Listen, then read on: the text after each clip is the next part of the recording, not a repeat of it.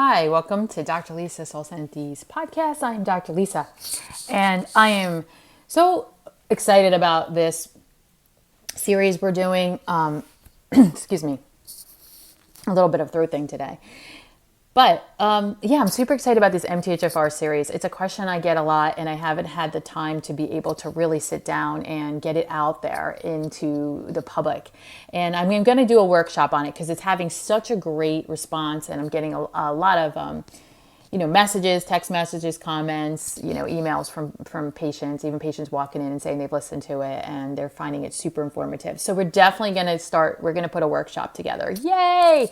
And I just have to, I have all the information. I just have to figure out how I want to do it with the technology end of it. It's always tricky. So and how to get the technology out to you to get to sign up and you can, podcasts are great. I always keep them short so you can learn a little bit. But I think a workshop would be great because you can visually see me and you can see some of the things I'm talking about. So yay, we're going to do that. So look forward to that. If you're not already signed up on my email, I think that's always the best place. The two places I tend to be, email. So if you're on my email list and you open it up, make sure it's in your inbox and stuff like that. I only do it like once or twice a month. I don't like people bombarding me with emails, so I really try to respect your email. But if I'm doing a promotion, you might see a couple come out just to give you guys reminders that the promotion's ending and I don't want you to miss out. So I might hit you up a little bit at the end. I know Christmas time we did a really fun gift giving thing, so that was every week. So sometimes we have a fun thing going on. You get a little bit more emails than me. The other place to go is Instagram. I'm trying to build more on TikTok, but TikTok it doesn't work well with my brain. I think I'm a little ADD. It's a little crazy. But Instagram, I definitely put posts there. So if you're on there, at least you'll see like, oh, she's having a workshop type of thing. Okay, so we're definitely doing that. I'm super excited about that. What I wanted to talk about today is the leaky gut with MTHFR. They really work well together, and I feel like they complement each other. So I wanted to explain that and talk about that. So the leaky gut, I have a lot of podcasts that explain what a leaky gut is. It goes into all the different aspects of leaky gut. And again, this is going to be under 20, so I can't really get deep into it, but I do want to give you a little bit of a background. So please go back and listen to my podcast. I know when I first started this, so some of them might go back to 2 years ago when I first started, when I talked about leaky gut. And I will throw this year more leaky gut stuff in and bring it back so people have to dig so deep into the podcast now. But a leaky gut is, to me, a crux of so many of our health issues. Your gut is 20-something feet long, and it's a huge, huge surface area of your body, inside your body. It's the largest organ inside your body. And it's permeable, meaning it's like a sponge, right? Things go in and out of it.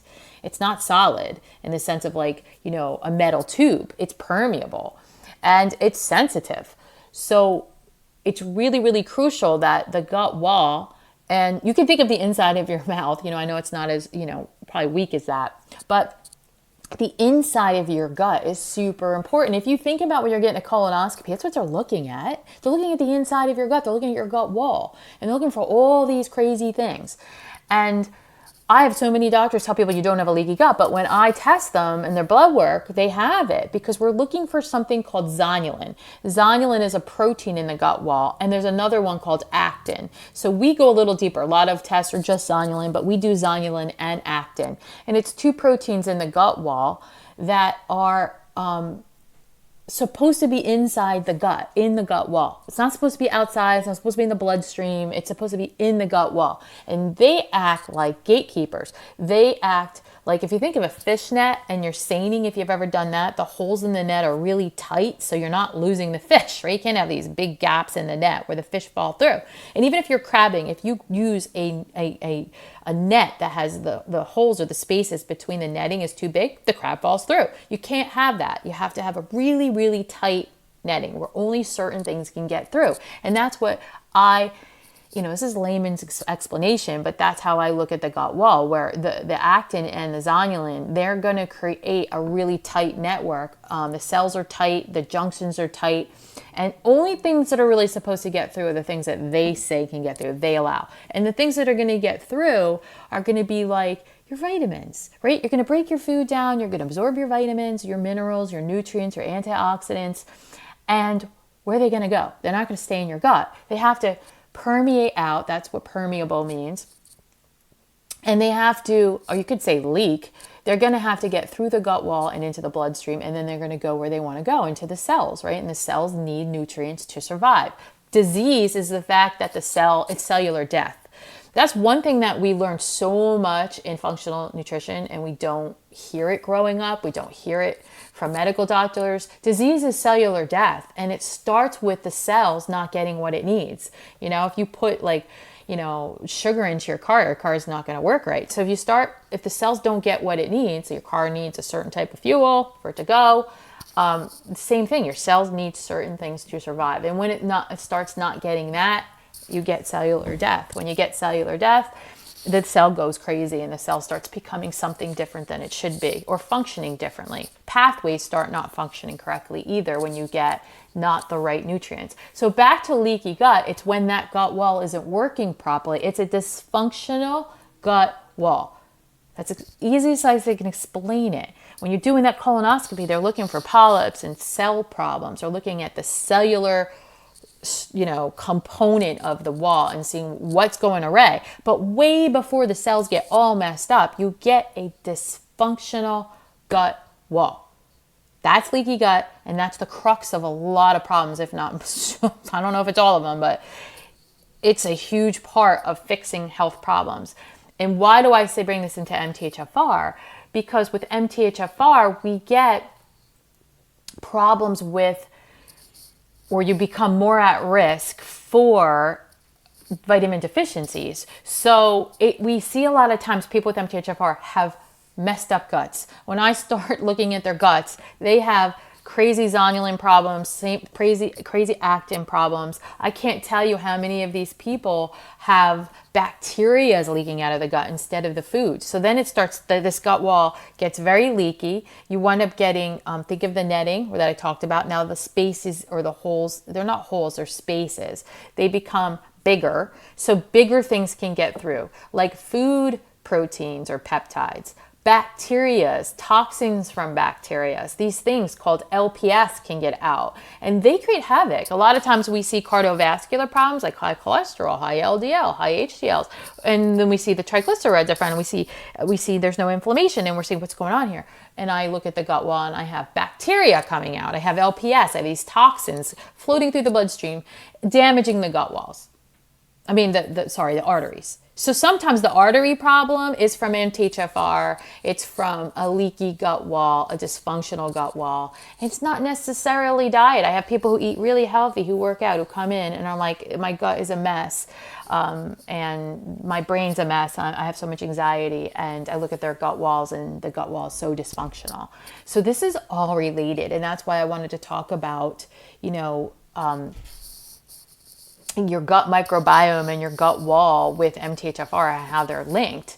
The other part is looking at the gut wall. My job is to help you fix that. My job is, my protocol with this would be, I have got to repair the gut wall. I got to get the patient's gut wall working properly.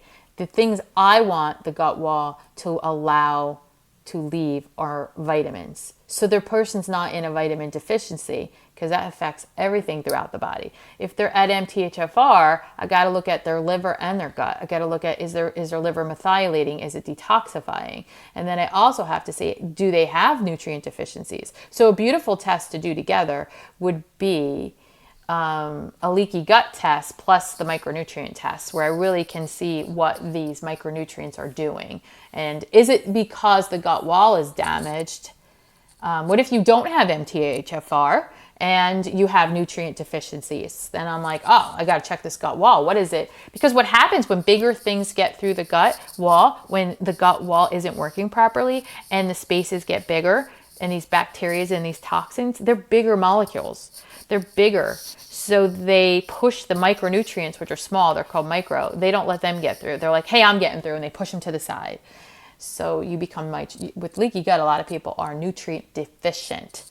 Now I know society is paying attention to macros. It's macro this, macro, macro, macro. But micronutrients are really important, and I'm going to actually start talking about micros. You have got to look at your macros. You could eat carbs, yeah, your macros. You could eat fat, yeah, your macros. You could eat what's the other one? Protein. You can eat them. Okay. You can balance them out. You can trade them however you want. You can do 80%, 20%, 70%, 30%, 10%. I don't care what you do. You could do your macros. You're eating macros because you need micros. Micros are the most important thing. The macro, yeah, I get it. But you're eating carbohydrates, right? And we're going to get into all of that. I'm going to talk about, calories and glucose and micros in this year because it's something that keeps coming up and I have to pay attention to it. But I want to get back to MTHFR in the gut. When I have an MTHFR patient, I definitely want to do micronutrients, but I want to also look at leaky gut. I want to look at their gut wall. And a lot of people with anxiety and focus issues, think about this. They have leaky guts. So yeah, I can look at MTHFR, but when I work with the MTHFR patient, I go to their gut. I literally look at their gut. A lot of things that are going on in the gut is the gut wall's not working. They're not absorbing their micronutrients. And what aren't they doing? Maybe you can think this one, I'll go one step forward where I'm going with this. If they don't have their nutrients, right? You might say, oh, I listened to her podcast, so I know already I might not be making what's the answer? Neurotransmitters, right? So you might not be making neurotransmitters and the neurotransmitter pathways might not be working. So do you see if you have let's say a child with ADD or ADHD, or you do, or you have anxiety, right? Of course I have to look at multi-factors here, but no matter what symptoms going on, if the brain isn't balanced, if the liver's not detoxifying, if the thyroid's not working properly, if the ovaries are polycystic, whatever's going on, if you have Lyme's, if you have this, if you have that, go to the gut, because we want to see what that gut wall's doing. If the gut wall's not working properly, you're not absorbing the amino acids and the nutrients you need to make the neurotransmitters, or let's say push the pathways for the neurotransmitters, or do the pathways for make your thyroid hormone, or detoxify things so you do all these things correctly. Estrogen you want to break down. It doesn't matter what we're talking about. Go to the gut. So functional does a lot of things. It looks at a lot of systems, but I always bring it back down to a leaky gut, and I want to check for that. And I want to look at zonulin and actin, and I want to look for LPSs. The other test that I absolutely love is the gut microbiome test with MTHFR. It's still gut. It's the other crux of the gut. So we're looking at the wall, but now this one's looking at the terrain. So this is looking at your stool. This is looking at the inside of it. So what does the microbiome mean? What does the terrain mean? You have hundreds, if not trillions, if not thousands and trillions of microbes, organisms, good bacteria. These are all the words that you'll hear inside your gut. And there are so many scientific studies today that are linking each species to different health disease, to different diseases. I don't work with that. That's a lot of research that goes on in universities. But what they do, because I have a few friends whose children do this, is they and I think it's going to explode. And mark my word, because I said things back in 1997 and we're doing them today. So mark my word if I'm not here.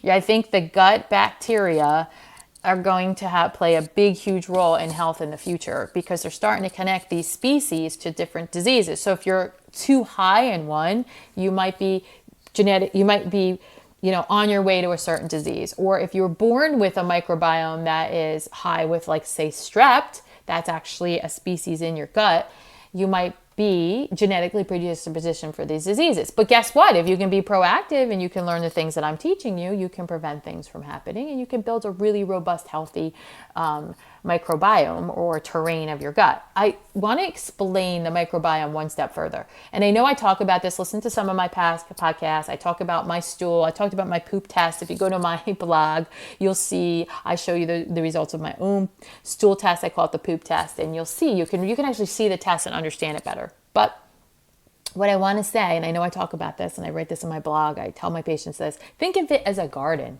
Think of your microbiome as a garden. And the first thing that you have to do is get the soil really good.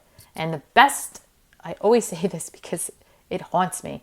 The best gardens I ever had, whether it was flowers or vegetables, was when I had, and he passed away, great guy. I had a landscaper, and he would come and like aerate the lawn and help us with our lawn, our sprinkler system. I don't have that anymore. I have stones, but I moved since this yard that I had, this beautiful yard, and he would say to me, "Let me do your garden. Don't touch it. Let me do your garden." I see, he'd come in, let's say, get the sprinkler system going and aerate and get the lawn going for the spring. And he'd be like, "Let me do your garden. Don't touch it." And I don't know what he did, and I wish I learned because I didn't pay attention. He made the soil perfect. I got the best gardens, whether it was my flowers or my vegetables, whatever he did. So he had the right nutrients, right, for the garden. And that's what your microbiome is. It's the terrain of your gut. And if you get this balanced and you make it robust and you put in the right microbes, you're going to be super, super healthy. So that's another half of the bottle. This microbiome test, we test over 100 healthy bacteria species and families underneath all the species. They go through your stool and they provide you of an understanding of which bacteria you're too high in or too low in. And then they show you your imbalance. Literally, they list all the species and they go, this is what your balance is specific to your gut microbiome. And then the next part is beautiful where they say, okay, due to this imbalance, this patient must have these 2, these 4, these 5, these 6 things in their probiotic. And then it's my job that you hired me to go find the probiotic that matches those results. And that is how you get your microbiome robust, is you get the right probiotic. So many people is like, well, I take a probiotic, and they come in and they have colitis, or they have, irritable bowel, or they have PCOS, or they have thyroid problems, and I'm just like, you're not on the right probiotic. Or they tell me if you take a probiotic and you get worse, you're not on the right probiotic. Don't put probiotics down, because I've been doing this for so long now, and we post test, and again, it's one of my things I do with patients that gets them better and is life-changing. It's just simply finding the right probiotic for them. Our microbiome test, our stool test, also tests for pathogens. So think of the garden, and you're going to have some pestilence in there. You're going to have pests, right? And you're going to have weeds. And what you want to do is you want to make sure they're going to be there, right? They're going to maybe be there, but you don't want to have an overgrowth of them. So it looks at bacteria overgrowths, where one family or species might be overgrowing the other. I mentioned strep. Strep for me happens to be, my gut likes to have an overgrowth of strep. That's the species that likes to take over in my gut. So I have to always pay attention to that. But they look for viruses, they look at parasites, they look at fungus. Do you have a yeast overgrowth? So lots of things going on that could be causing a leaky gut, could be causing the gut wall not to be functional, and definitely be causing, health illnesses, chronic illnesses, the reason why your immune system's not doing well, the reason why you might have an autoimmune, just so forth and so on. So heavy metals also love to hang out with bacteria and pests. So, if you have pests in your gut, these bad bacteria or, parasites and fungus, heavy metals love to hang out in there. So the heavy metal test I talk about in the last podcast, super, super important with MTHFR, because if you're not detoxifying these heavy metals well enough in the liver, they're going to accumulate in the body, and they love to hang out in tissues. They do affect the brain. They do affect the ability to focus. They do affect behaviors. They do love to hang out in the gut. Some of these bacteria that I see with MTHFR, again, I'm going to talk anecdotal and I'm going to talk clinical before I wrap this up, is I see in my patients, and I know I talked about this in the last podcast, so I won't get into it, but I see patients with MTHFR, and I have a lot with 2 out of 4, 3 out of 4. And the ones with 3 out of 4 are more of my kids that don't make eye contact, that script, that can't speak well, but they're learning, right? They're learning how to put sentences together, and they're struggling with challenges of autism, and we see heavy metals. I may have had one child that proved me wrong on all of that, but we see MTHFR. No, I think she had heavy metals, but her MTHFR was only 1. out of the 4. I typically see 3 out of the 4 when the kids are scripting and she did have heavy metals. A lot of them have heavy metals. So MTHFR is associated with a poor gut microbiome, a leaky gut, and definitely an accumulation of heavy metals and MTHFR issues with methylating. It's a plethora of stuff. And so I'm not trying to overwhelm you in these podcasts. If you need a protocol to start, if you're like, oh my gosh, Dr. Lisa, where do I start with MTHFR? Go to the podcast. I believe it is the number 3 in a series. I believe it's before this one, where it's my MTHFR protocol. But I strongly suggest you listen to all of them because they all, I'm trying to cover the topic as best I can. I'm going to leave you with this. I am touching the surface. I am looking down at an iceberg, and I'm only looking at the top with you. I would love to scuba dive down with you and get deeper and look at your body, your gut, your microbiome, your liver, and see how MTHFR is impacting you. And that's something that is really, really difficult for you to do yourself. So that's why you have people like me. So just book a consultation and we can begin talking about the tests, how to begin. We don't have to do everything at one time. Getting healthy and working on functional medicine is definitely chipping away at your health one step at a time. I'm doing it with myself. I do it with my family. And if you are already a patient of mine, I'm telling you right now, and I'm getting strong this year with this because this is starting to really upset me because I'm feeling like the area I might be failing you in is you're not doing your follow-ups.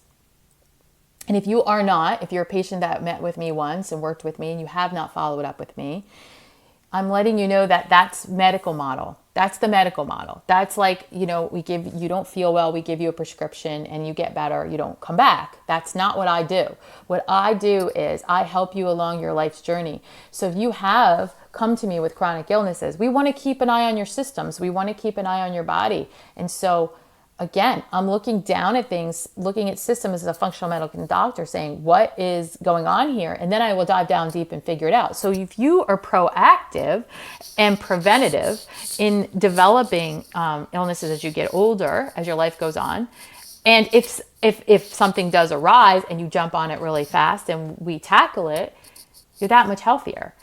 Don't wait for medical crises you're welcome to come to me during a medical crisis, but it's that much harder to work on.